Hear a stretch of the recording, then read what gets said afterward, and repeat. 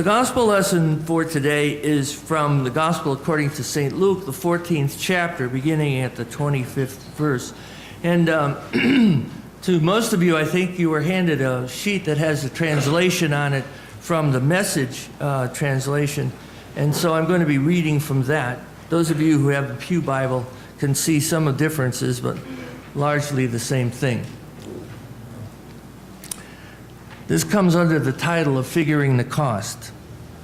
One day when a large group of people were walking along with him, Jesus turned and told them, "Anyone who comes to me but refuses to let go of father, mother, spouse, children, brothers and sisters, yes, even one's own self, cannot be my disciple.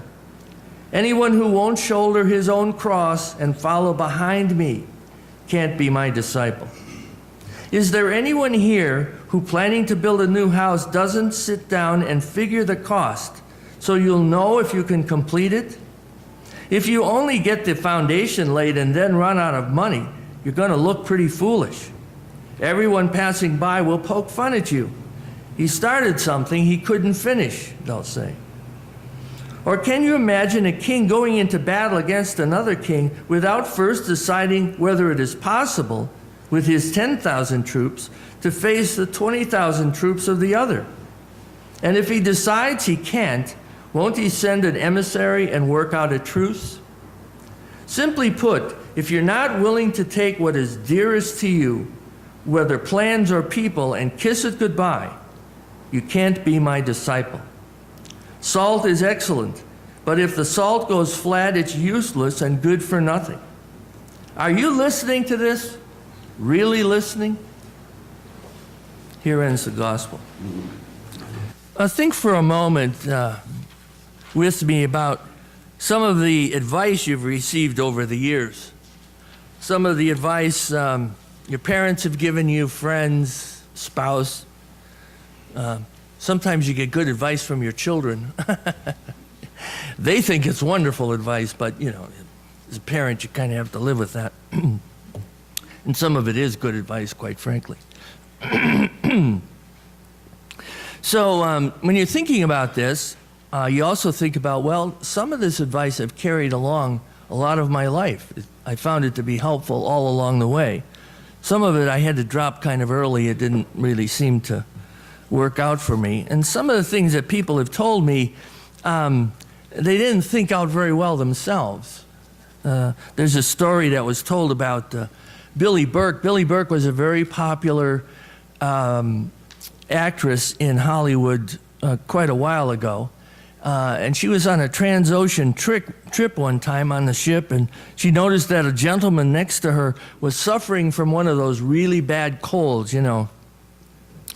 So she went over to him finally and asked very sympathetically, because she was a tender-hearted woman, "Are you uncomfortable?" And the man nodded, handkerchief over his face. She said, "I'll tell you what. I'll tell you just what to do for this. First, go back to your stateroom and drink lots of orange juice." How many of you had that advice when you have a cold? "Take 2 aspirin. 2 is usually not enough, but you can start with 2.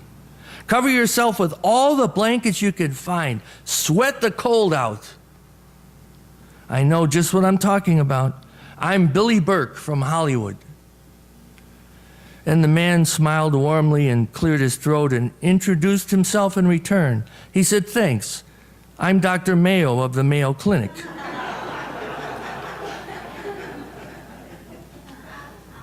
A lot of advice is like that, isn't it? You know, I know about these things.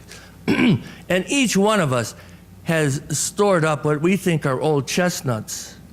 And really what they are is kind of grimy stones, you know. And they don't work out as well as we think. But of course, if Mama told us this, or Dad, then it's precious information, isn't it? There's an old Danish proverb that says, "He who builds according to every man's advice will have a crooked house."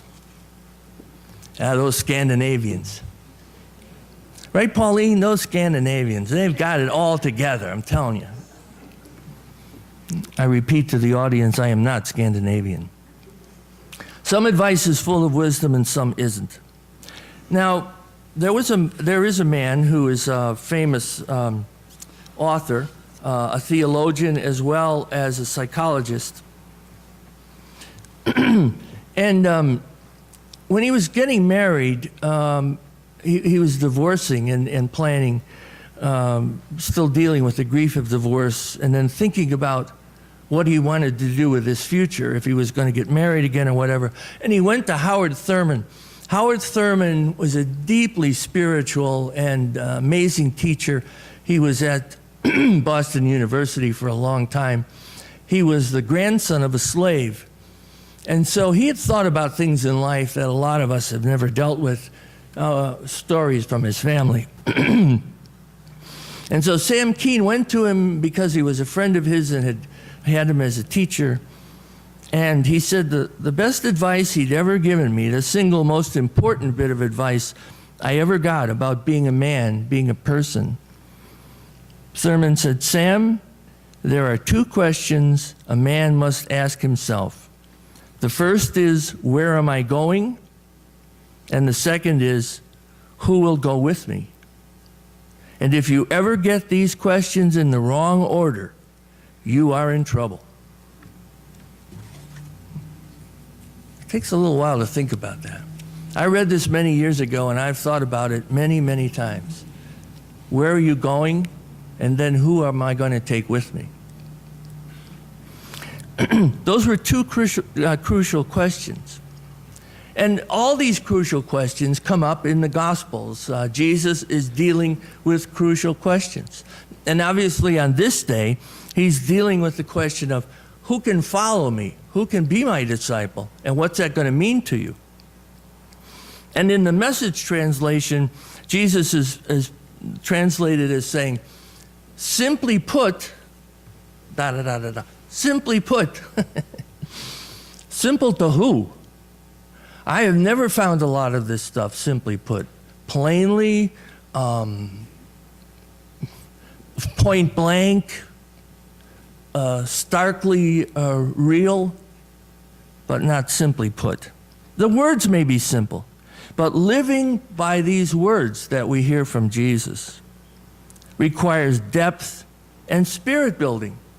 You know, when I read the gospel to you and I read the last two lines, are you listening? Do you hear me?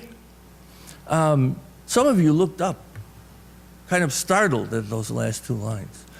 And that was a perfect response.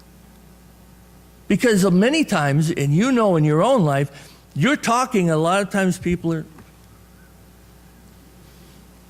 Used to have my first congregation in Thorndike, Maine, used to have a deacon that would go to sleep almost immediately when I stood up to walk to the pulpit. He had a time pretty near so that I don't ever think he heard a word I said. And his wife didn't work. And I thought to myself, well, this is kind of insulting. Then I remembered he was a dairy farmer. And have you ever spent a day on a dairy farm? The guy had been working since 4:30. It was now probably 10:30 about the time I stood up. He needed a nap. One of my friends said to me one time, you know, sometimes I like to go and sit down and take a nap with them and see what kind of response I would get. I'll tell you what his response would be. He'd be looking for a job, is what it amounts to.